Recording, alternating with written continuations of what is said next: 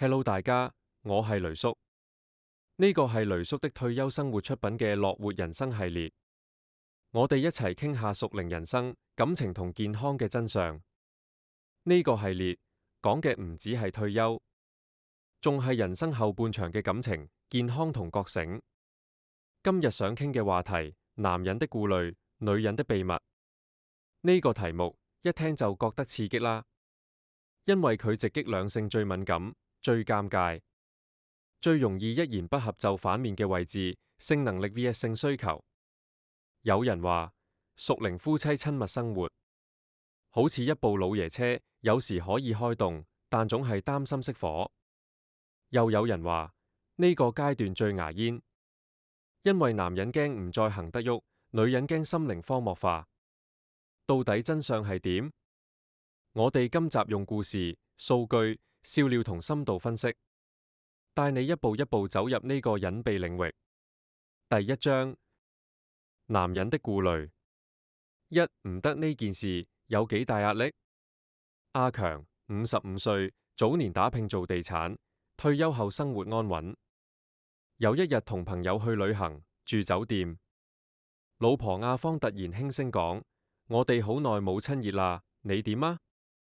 阿強心頭一震，表面笑笑口，內心其實係咁諗：死啦，萬一唔得，咪冇面見人。呢種心理唔係阿強一個人有。根據哈佛醫學院嘅研究，50歲以上男性有48%會遇到不同程度嘅勃起障礙，但最嚴重嘅唔係身體，而係心理壓力。因為男人一旦擔心唔得，成個人都縮埋，最後就真係有可能變成唔得。二、男人的面子戰。有位60歲老哥講過一句經典：一個男人老咗可以冇錢，但唔可以冇面子。而性能力就係面子其中好重要嘅一部分。好多屬靈男士寧願唔提，甚至假裝冇需要，都唔敢承認自己力不從心。心理學家指出，呢種性面子焦慮會導致兩大後果：一係逃避親密關係，以攰、冇興趣做藉口；二係亂試偏方、亂食藥，最後整壞身體。第二章：女人的秘密。一、女人真係冇所謂？社會上有個迷思，屬靈女性對親密冇乜需求，但世界衛生組織2019年一份調查顯示，50至65歲女性入面，有62%認為親密關係對婚姻仍然重要。阿芳就係典型例子，佢唔係一定要親熱，但佢要感覺到被需要。佢同閨蜜傾心事時講過一句：我唔係要佢勁，我只係要佢仲記得我係佢女人。呢句話係幾多屬靈女性心底嘅秘密。二、身體 vs 心靈。女人嘅秘密係咩？就係性需求唔一定係肉體，而係心理。男人驚唔得，女人驚唔愛。男人注重表現，女人渴望連結。呢啲就係屬靈夫妻最微妙嘅心理。第三章：故事案例。案例一：假裝睡着。阿明同阿麗結婚30年，阿明58歲。每次阿麗稍稍示意想親熱，阿明就會假裝呼呼大睡。阿麗明知佢扮，但選擇沉默。呢個假裝睡着戰術係好多屬靈夫妻婚姻入面最常見嘅戲碼。阿明唔係唔愛老婆，只係太驚失敗。阿麗唔係冇需求，只係怕揭穿，大家更難堪。案例二：外遇的影子。阿俊62歲，老婆阿琴58歲。阿俊近年力不從心，阿琴開始沉迷跳舞班。喺舞伴嘅讚美下，佢重新感受到被渴望。阿俊發現老婆同舞伴曖昧，心裏妒忌，但自己唔敢講，因為佢知道問題根源喺自己。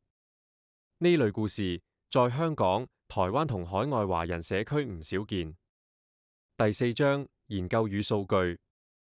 哈佛研究，男性55至65歲，勃起功能障礙比例達52%。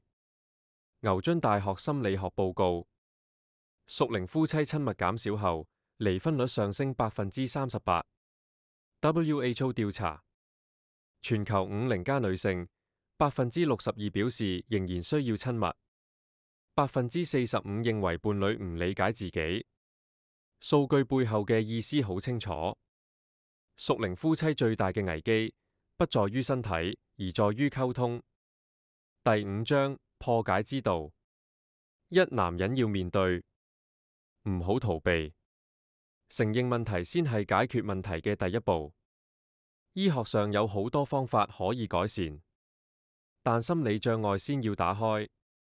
二、女人要講，唔好隱忍，唔好以為唔講就唔傷人，其實沉默傷人更深。用柔和方式表達，我唔係嫌棄你，我只係想同你保持親近。三、性唔等於愛，屬齡夫妻嘅親密可以係一齊散步、擁抱，甚至只係一個眼神。男人要知道，女人唔係只追求體能，而係情感連結。第6章幽默一刻，有人統計過屬齡夫妻嘅房間暗號。老公話我攰啦，其實係驚唔掂。老婆話聽日仲要早起，其實係試探有冇機會。最經典嘅係開冷氣未，其實係睇下今晚有冇節目。笑還笑，但每句背後都有一份心酸。第7章，觀眾帶走什麼？一、男人嘅顧慮唔等於冇愛；二、女人嘅秘密唔等於冇需求；三、真正嘅婚姻力量就係兩個人一齊面對，而唔係一齊逃避。今日就講到呢度啦。如果覺得有用，唔該俾個 like、subscribe， 撳埋個鐘仔，分享俾更多嘅朋友，咁都會令我哋有機會探討更多唔同嘅話題。多謝大家，活得自在，講真話，樂活人生。我係雷叔，下次見，拜。